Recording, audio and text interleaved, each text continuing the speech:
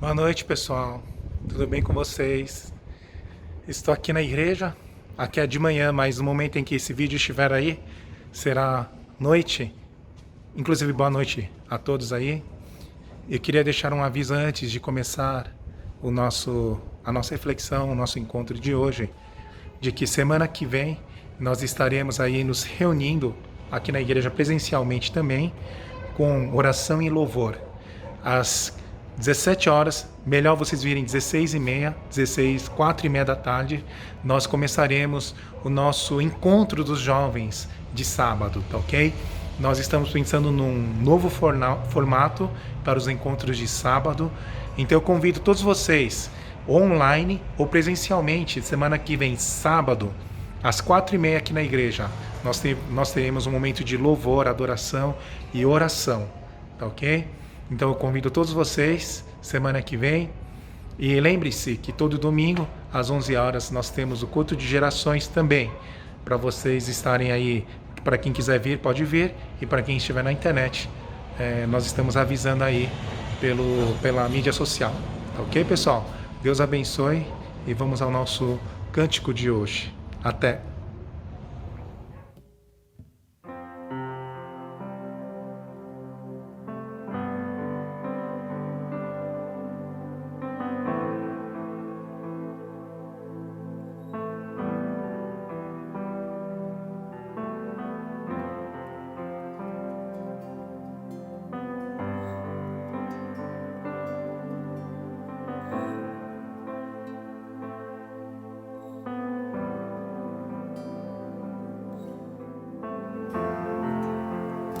Ele permitiu que tirassem sua vida, mas a tomou de volta e triunfou sobre a morte.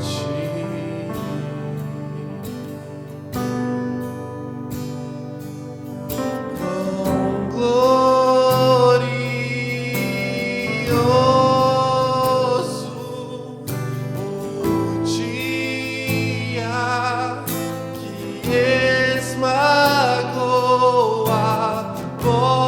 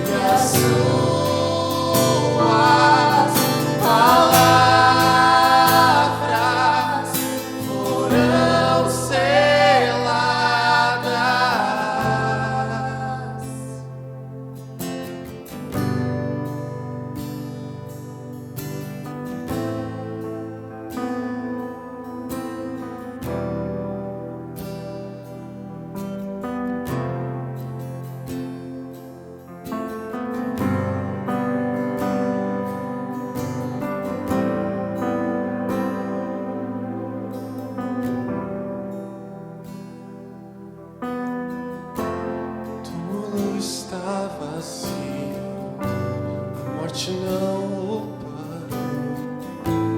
Grande é a esperança, Jesus ressuscitou. O túmulo está vazio, a morte não o parou. Grande é a esperança, Jesus ressuscitou. O túmulo está vazio,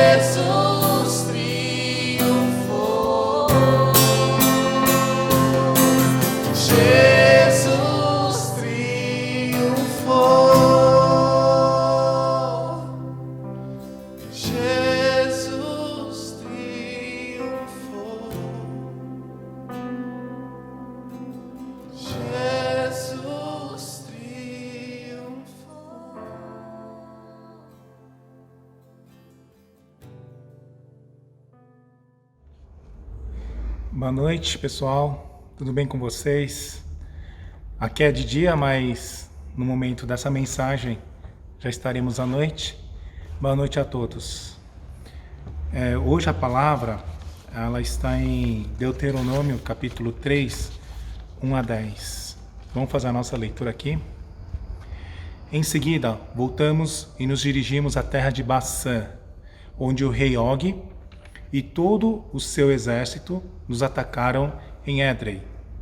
Mas o Senhor me disse: não tenha medo, pois eu lhe dei vitória sobre Og e todo o seu exército. E lhe darei toda a terra dele. Trate-o como você tratou Seom, rei dos amorreus, que vivia em Hesbom. Então o Senhor, nosso Deus, entregou em nossas mãos o rei Og e todo o seu povo. Nós os aniquilamos de modo que não restaram sobreviventes. Conquistamos todas as 60 cidades deles, a região inteira de Argob, no reino de Bassã. Não deixamos de tomar uma cidade sequer. Eram todas fortificadas, com muralhas altas e portões com trancas. Na mesma ocasião, também conquistamos muitos outros povoados sem muros. Destruímos completamente o reino de Og, como havíamos destruído Seom, rei de Hesbom. Exterminamos todos o povo das cidades que conquistamos, tanto homens como mulheres e crianças. Ficamos, porém, com todos os animais e levamos os despojos das cidades. Assim, tomamos o território dos 2 reis amorreus a leste do rio Jordão, desde o vale de Amon até o monte Hermon.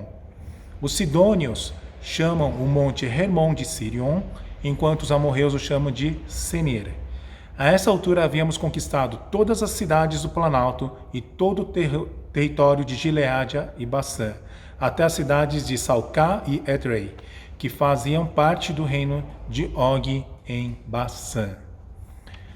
Bom, pessoal, vocês lendo agora o Deuteronômio aqui, capítulo 3, vocês vão ver a conquista que o povo vai fazendo antes de entrar na terra de Canaã, tá ok? Bom, vocês sabiam que o povo de Israel, o povo de Deus, eles poderiam ter entrado na terra de Canaã muito mais cedo e muito mais rápido.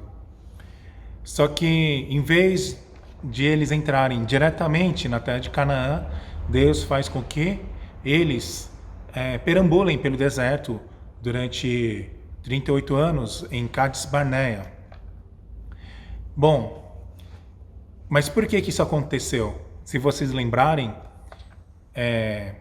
as pessoas que foram lá não foram tão positivos nos que viram. Eles estavam com medo o quê? Dos gigantes. Eles falaram o quê? Que eles se sentiam gafanhotos diante de uma pessoa quando eles olharam os homens daquela terra. Vocês lembram? Mas só o Josué e o Caleb falou que não, eles estavam na nossa mão e que nós poderíamos vencer. Por causa desse evento, o povo de Deus teve que ficar aí 40 anos no deserto, no total, né? E em Cades Barneia eles ficaram perambulando. Mas por que isso foi necessário? Porque Deus está treinando. Porque quando a gente fala do deserto, Deus está treinando o seu povo. Treinando o quê? Primeiro, a ficar com Ele, a depender dEle. E também o quê? A sair do medo que eles sentiam. Então, pessoal, na briga com o mundo, o essencial para nós é estarmos com Deus, olhar para Ele somente e também não ficar com medo do mundo. Não ficar com medo do mundo. Esse é o treinamento do deserto que muitas pessoas falam, né? Então, é uma época em que eles treinam a dependência com Deus, mas também eles treinam o quê? A se acostumar com a morte. Eu acho é meio estranho, mas eu quero explicar isso melhor depois. Uma sobrevivência. Por quê? Porque eles estão acostumados com a morte. Primeiro, dependência de Deus, porque sem maná, sem a coluna de fogo, de nuvem, esse povo não sobreviveria no deserto. Totalmente dependente de Deus. Aqueles que quisessem sair do cuidado de Deus, não teria como viver mais, porque naquele deserto, sem a sombra, sem o calor da noite e sem o pão de cada dia, o maná, eles pereceriam no deserto. Então, o deserto, no sentido, ensinou ao povo de Israel a olhar para Deus, a depender de Deus. Eles estavam vivendo entre vida e a morte. Todo dia em que amanhecesse, eles tinham que estar dependentes de Deus. Se não é isso, é morte. Imagina, pessoal. Vocês já tentaram imaginar isso aplicando-se à nossa vida? Toda manhã é muito claro, se Deus não derramar a graça na sua vida, na minha vida, nós não estaríamos vivos. Então, é um treinamento assim, confia em Deus, confia em Deus. Esse é o treinamento do deserto. E essa é a pergunta que eu faço para nós. Nós estamos vivendo. É claro que aqui eu queria falar assim, no título eu coloquei, vamos ter raízes. Por quê? Tá na hora de a gente parar de achar desculpas da nossa vida espiritual. Todo dia você vive entre vida e morte na questão da sua dependência com Deus. Você tem essa consciência de que tudo que você tem, tudo que é te dado no dia, isso é graça de Deus? E que Deus nos dá mais uma chance de estarmos vivos? Então, o povo de Israel se garantia nisso. Se garantia nisso. Se eu estou com Deus, estou com a vida. Então, nós estamos passando por um momento muito difícil em nossas vidas. Quem diria que isso iria acontecer? É ou não é? E eu queria que em todo esse meio nós aprendêssemos a depender de Deus. E uma segunda coisa, pessoal, imagina, 2 milhões de pessoas no deserto. Entre esses, 600 mil eram homens. Essa primeira geração teve que morrer no deserto para a segunda geração entrar. Essa primeira geração, pessoal, é uma geração que tinha medo. E essa geração, pessoal, em 38 anos, eles tinham que morrer. Eu fiz uma conta aqui, 43 pessoas por dia tinham que morrer. Então imagina naquele deserto, né? Aquele povo reunido, todo dia era dia de funeral. Todo dia pessoas morriam, entes queridos morriam, amigos morriam, tio e tia morriam. A vida no deserto tinha que levar a primeira geração. E a segunda geração que cresce do deserto, ela se acostuma com a morte. É um ambiente de morte. E nesse ambiente de morte, a futura geração, ela começa a conviver com o que é a morte. E é uma geração que transcende a morte, que não tem medo, mais medo da morte.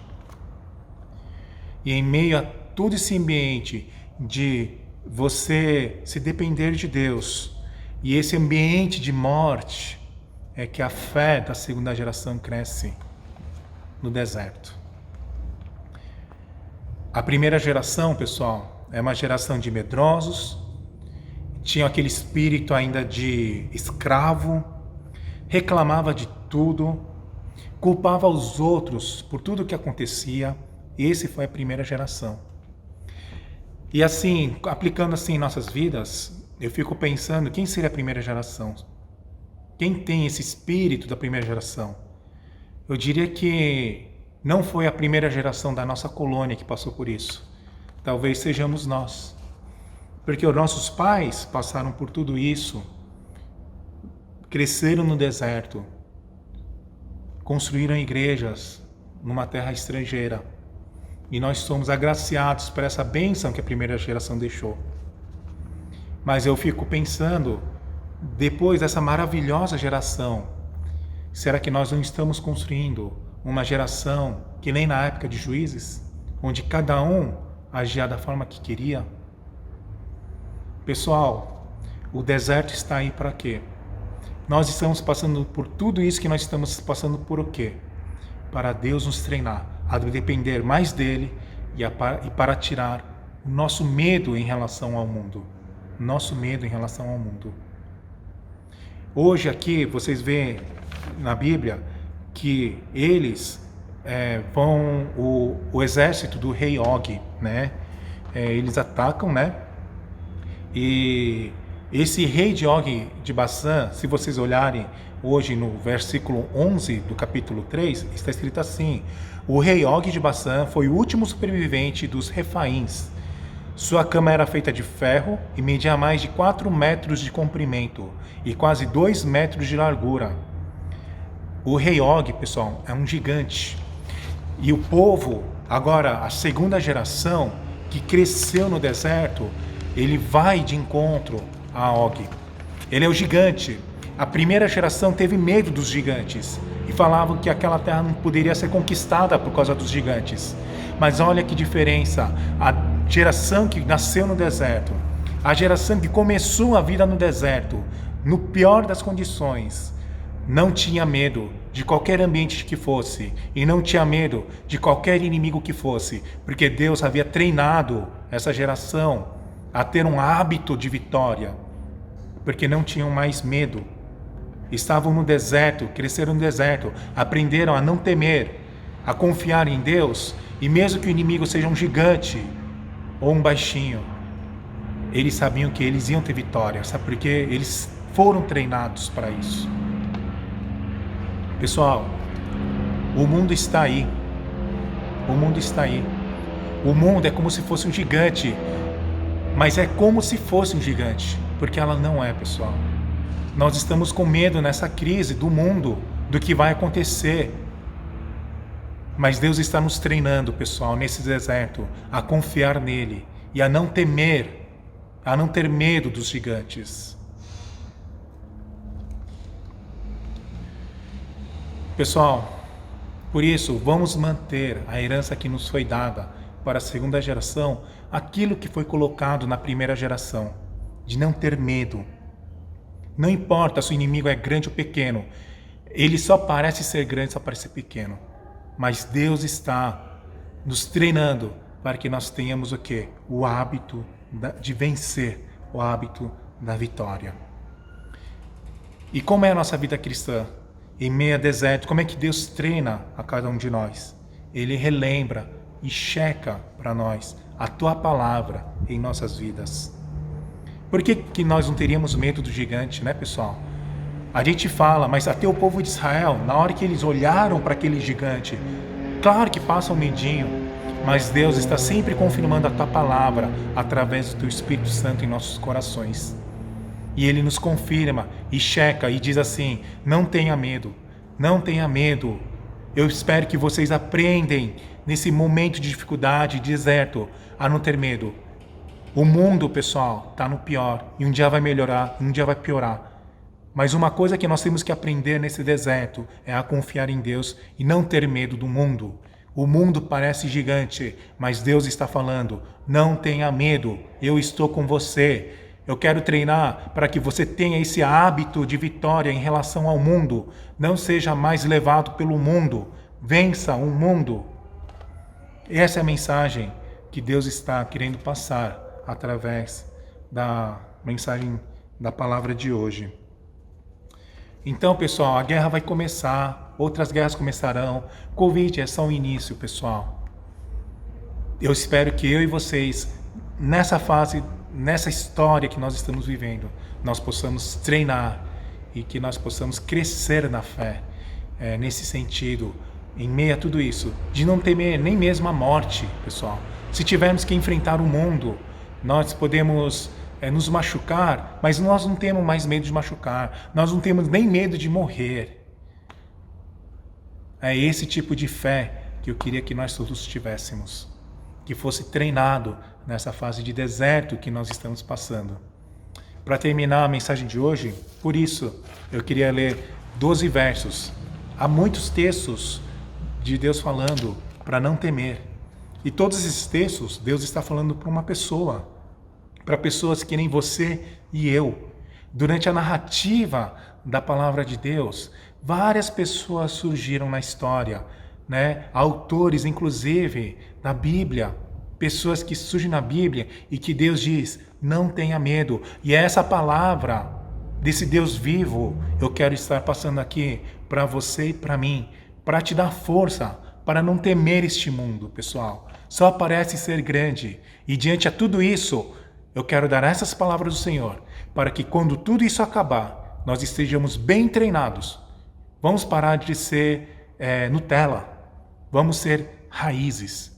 A época de Nutella já passou, pessoal. Nessa crise, quem quer ser Nutella? Quem ainda pensa em conforto? Quem pensa que as coisas serão fáceis?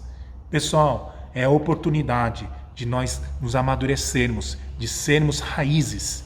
Tá ok, pessoal? Então eu quero deixar esses versículos e que Deus esteja fortalecendo, te dando forças para não temer e ter coragem para enfrentar o mundo com a companhia dele. Gênesis 15:1. Algum tempo depois o Senhor falou a Abraão em uma visão e lhe disse: não tenha medo, Abraão, pois eu serei seu escudo e sua recompensa será muito grande. Não tenha medo. Deus vai ser o nosso escudo. É Deus falando para Abraão, o Deus vivo, e a recompensa será grande. Essa recompensa já basta, pessoal. Que recompensa você está procurando? Deus vai dar uma recompensa grande, então não tenha medo. Vamos seguir em frente. Deuteronômio 1:29. Eu lhes disse: não entrem em pânico, nem tenham medo deles. Josué 10:8. Não tenha medo desses reis, disse o Senhor a Josué. Eu os entregarei em suas mãos, nenhum deles será capaz de resistir a você. Juízes 6:23. Fique em paz. Aqui falando de Gideão, respondeu o Senhor: não tenha medo, você não morrerá. Pessoal, nós não morremos fácil. Não morreremos. Seja forte, não tenha medo. Provérbios 3:25. Não precisará temer o desastre repentino, nem a destruição que vem sobre os perversos. O desastre repentino talvez seja a realidade que nós estamos vivendo, de uma pandemia que surgiu do nada, assim, muito rápido, se alastrou pelo mundo.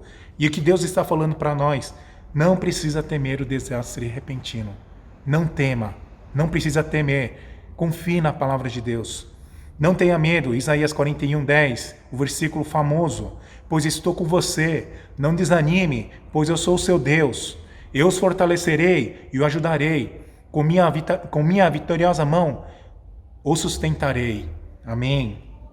Jeremias 10:2. Assim diz o Senhor: não se comportem como as outras nações que tentam ler o seu futuro nas estrelas. Não tenham medo de suas previsões, ainda que elas encham outras nações de terror. Não tenham medo dessas previsões. Daniel 10:19. Não tenha medo, Daniel, pois você é muito precioso para Deus. Eu e você somos preciosos para Deus. Que a paz esteja com você. Tenha ânimo, seja forte. Enquanto ele falava, logo me senti mais forte, o Daniel dizendo, e disse: fale, meu Senhor, pois me fortaleceu. Daniel teve essa experiência com Deus. E essa palavra é a palavra direcionada para você e para mim. Mateus 10:26. Não tenham medo daqueles que os ameaçam, pois virá o dia em que tudo que está encoberto será revelado e tudo que é secreto será divulgado. Tudo que é secreto será divulgado, será mostrado. Marcos 13:7. Vocês ouvirão falar de guerras e ameaças de guerras, pois não entrem em pânico. Sim, é necessário que essas coisas ocorram, mas ainda não será o fim. Mais guerras vão acontecer, mais pandemias virão, pessoal. E Deus está falando: não temam, não entrem em pânico. Atos 27:24. Não tenham medo, Paulo. É preciso que você compareça diante de César. E Deus, em sua bondade, concedeu proteção a todos que navegam com você. Amém. E para terminar, Apocalipse 2:10. Não tenham medo do que está prestes a sofrer. O diabo lançará alguns de vocês na prisão, a fim de prová-los, e terão aflições de 10 dias. Mas se você permanecer fiel, mesmo diante da morte, eu lhe darei a coroa da vida. Amém. Eu creio que todos nós já temos esse coroa da vida. Aqueles que aceitaram Jesus Cristo, nós temos esse coroa da vida. Pessoal, diante do mundo, que parece ser um gigante, vamos ser raízes. Vamos aprofundar as nossas raízes na palavra. Vamos confiar de que o Espírito Santo fará o seu trabalho em nossas vidas. Pessoal, nesse momento de deserto que nós estamos vivendo, e nós temos aí ainda mais informações de que variantes estão vindo, né? E não sabemos o que vai acontecer no futuro.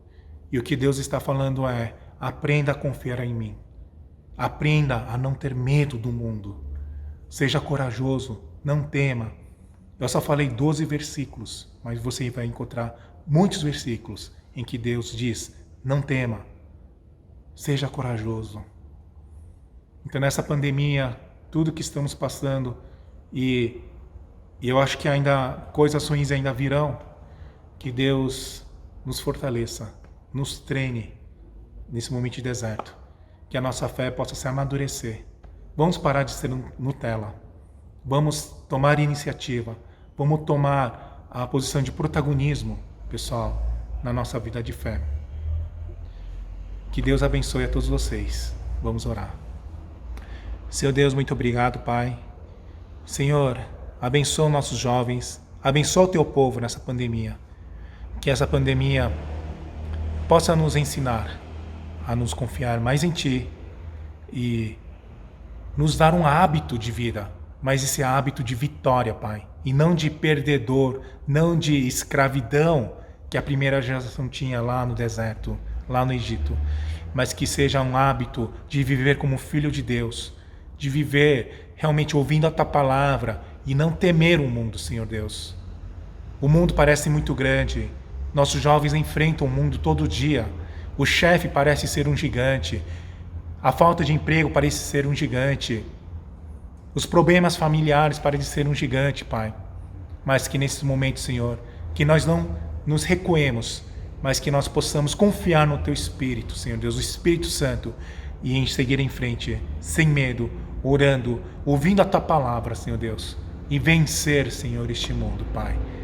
Torne, Senhor, pessoas com hábito dessa vitória que vem da Tua palavra, Pai. É o que nós pedimos e oramos no nome de Jesus.